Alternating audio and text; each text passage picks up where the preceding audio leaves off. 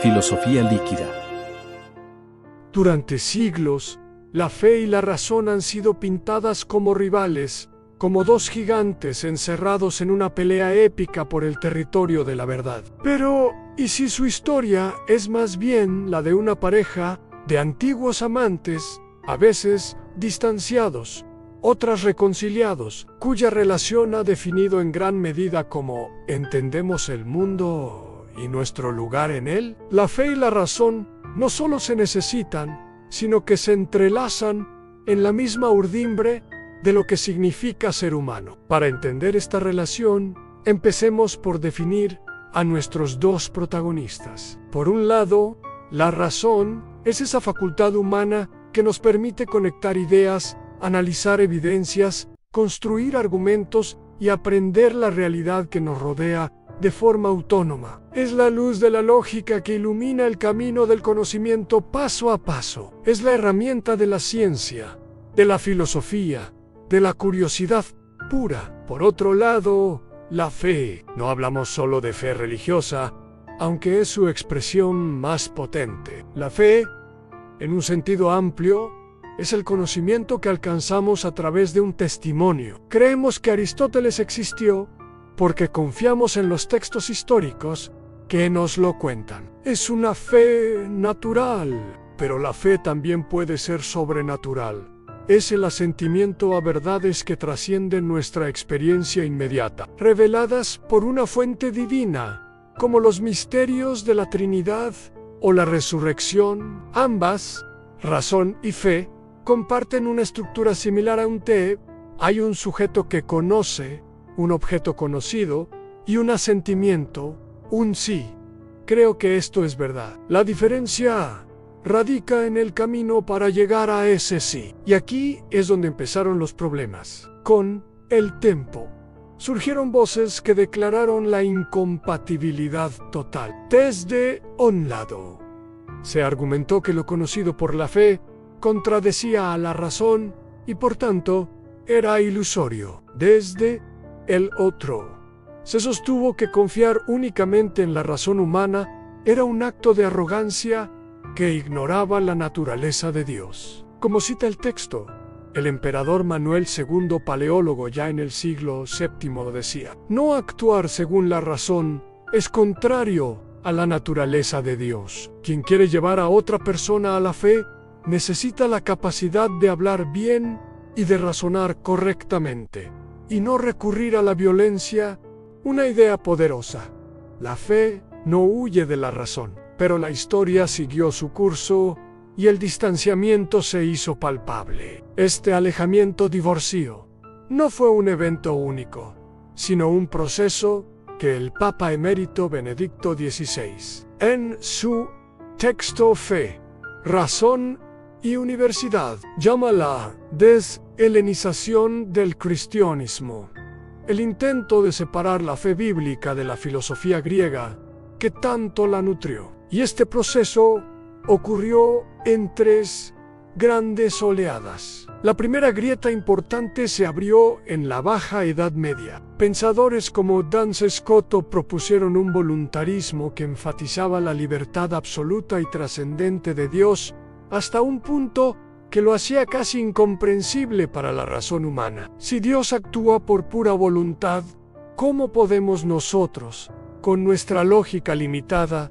pretender entenderlo? La imagen de un Dios hecho a imagen y semejanza del hombre, con una razón que refleja la suya, comenzó a resquebrajarse. Luego vino Guillermo de Ockham y su nominalismo. Ockham argumentó que los universales, las esencias de las cosas como la humanidad o la bondad, no existen en la realidad, sino solo en nuestra mente. En el mundo solo hay individuos particulares. Esto tuvo un efecto explosivo cuando se aplicó a la teología en sí. No hay esencias eternas. Dios no está limitado por ninguna verdad o bien eterno. Su voluntad es la única ley. Por lo tanto, para conocer a Dios, la razón es inútil. Solo vale la fe. La razón fue, así, expulsada formalmente del reino de lo divino. Este alejamiento se radicalizó con la Reforma Protestante del siglo XVI. Los reformadores, reaccionando contra una teología medieval que veían demasiado enredada en filosofías humanas, abrazaron el principio de solo la Escritura. Su intención era purificar la fe. Pero el efecto colateral fue una segunda ola de deshelenización una desvinculación aún mayor de la metafísica y la argumentación racional como herramientas para entender la revelación. La tercera oleada llegó en los siglos XIX y XX con la teología liberal, representada por figuras como Adolf von Harnack. Su propuesta era hacer el cristianismo compatible con la razón moderna, eliminando precisamente lo que consideraban lastre filosófico. Los misterios centrales, como la divinidad de Cristo o la Trinidad, querían reducir el cristianismo a una ética universal y un mensaje moral puro. Pero al hacerlo, lo vaciaban de su contenido sobrenatural, chocando de frente con el reduccionismo científico de la época, que tampoco dejaba espacio para lo trascendente. Y hoy, en la posmodernidad, vivimos una cuarta fase en la interculturalización. Se argumenta que la unión entre fe cristiana y pensamiento griego fue solo un accidente histórico, una inculturación entre muchas posibles, que otras culturas tienen derecho a despojar el mensaje de su ropaje griego y revestirlo con el suyo propio. Si bien esto tiene un punto de justicia, como señala Ratzinger, es un enfoque rudimentario, porque el Nuevo Testamento mismo nació en griego. Su pensamiento está indisolublemente ligado a esa lengua y a esa forma de conceptualizar el mundo. Parecería entonces que la historia es una crónica de una separación anunciada, pero no es, porque paralelamente a este distanciamiento, ha habido siempre una poderosa corriente de encuentro, de reconciliación, una vuelta a los orígenes que nos recuerda que fe y razón no están destinadas a divorciarse. Este reencuentro nos lleva de vuelta a los primeros siglos del cristianismo. Imaginaos el momento en el mensaje cristiano, surgido del mundo semita, se encuentra con la formidable maquinaria conceptual de la filosofía griega, y en lugar de rechazarse, fe y razón entablan un diálogo fecundo. Los cristianos encontraron en los conceptos griegos las herramientas lingüísticas y filosóficas para profundizar en sus dogmas, y los griegos encontraron en el Dios cristiano la respuesta a las preguntas que su filosofía había planteado, pero no había podido responder plenamente. San Pablo en el Areópago de Atenas, discutiendo con epicúreos y estoicos, es el icono de este encuentro. No les habla solo con citas bíblicas, sino que apela a sus propios poetas y filósofos para anunciar al Dios desconocido que ellos ya intuían. Boecio, en el siglo VI, desde su celda de prisión, escribe La Consolación de la Filosofía, un tratado donde la razón personificada consuela al creyente. No lo hace citando las Escrituras, sino usando argumentos platónicos y estoicos. Demostró que la filosofía, la razón, podía ser un camino hacia Dios, una propedéutica para la teología, y luego llegó el gigante, Santo Tomás de Aquino, en el siglo XIII. En un momento donde el aristotelismo árabe irrumpía en Europa, Tomás no tuvo miedo. Al contrario, vio en la lógica de Aristóteles una herramienta poderosa para la fe. En su monumental Suma contra Gentiles, escrita para misioneros que debían debatir con sabios musulmanes y judíos, usó argumentos racionales, filosóficos, teología natural, en 3/4 partes de la obra. No apelaba a la autoridad de la Biblia, sino a la razón que observa el mundo y deduce la necesidad de un creador, la belleza de un orden inteligente, la inevitabilidad de una causa primera. Tomás mostró que la fe y la razón son dos reinos distintos pero armoniosos, que lo que la razón puede conocer por sí misma, la existencia de Dios, por ejemplo, sirve de base para lo que la fe revela después que Dios es Trinidad, por ejemplo. Para él, un conflicto entre fe y razón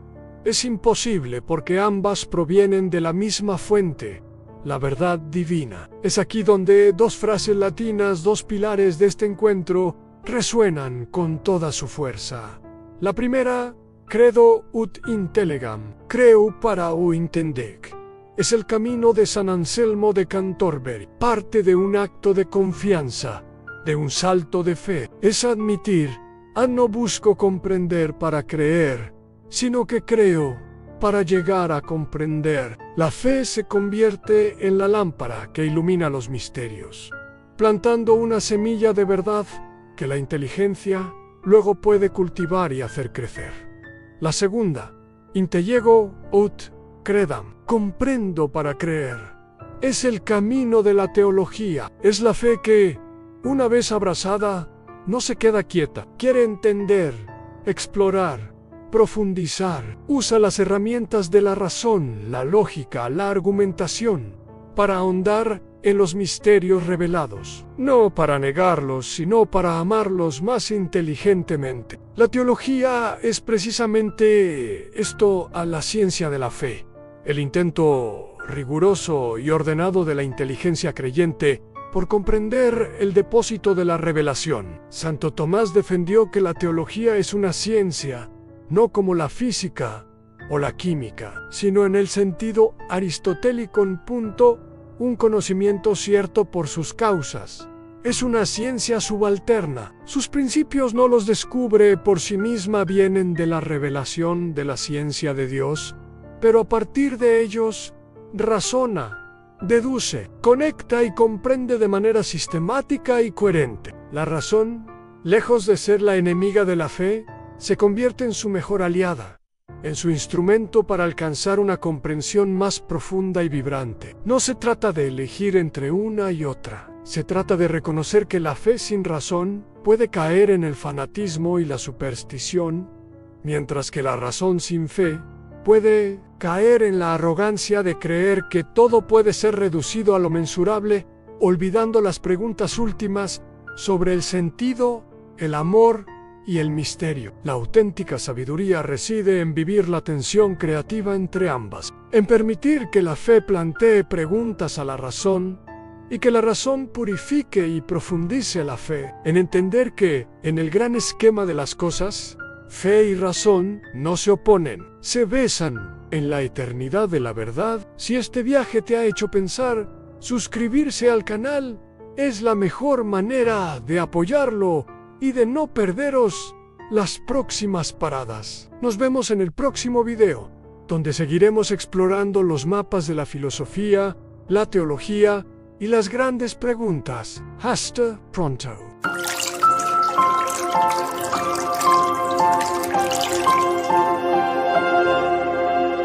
Filosofía líquida.